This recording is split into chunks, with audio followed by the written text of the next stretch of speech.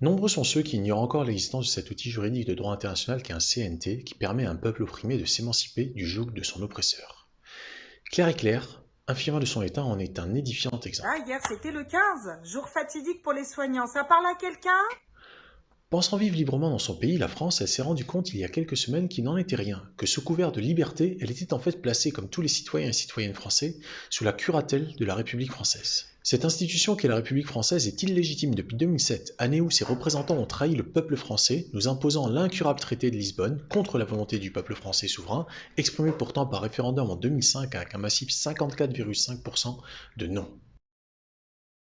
Aujourd'hui que tout part en vrille, comme on dit, et que le vernis de la République paternaliste s'écaille au gré des mesures illégales qui sont prises contre le peuple français pour répondre à l'agenda d'un ordre de toute évidence supranational, beaucoup de Français et de Françaises ne savent plus à quel sein se vouer ni sur quel pied danser.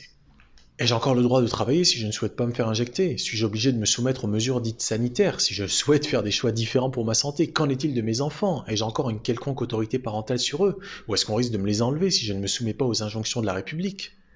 Tant de questions qui ne trouvent pas de réponse satisfaisante tant qu'on se maintient dans le cadre de l'autorité de la République.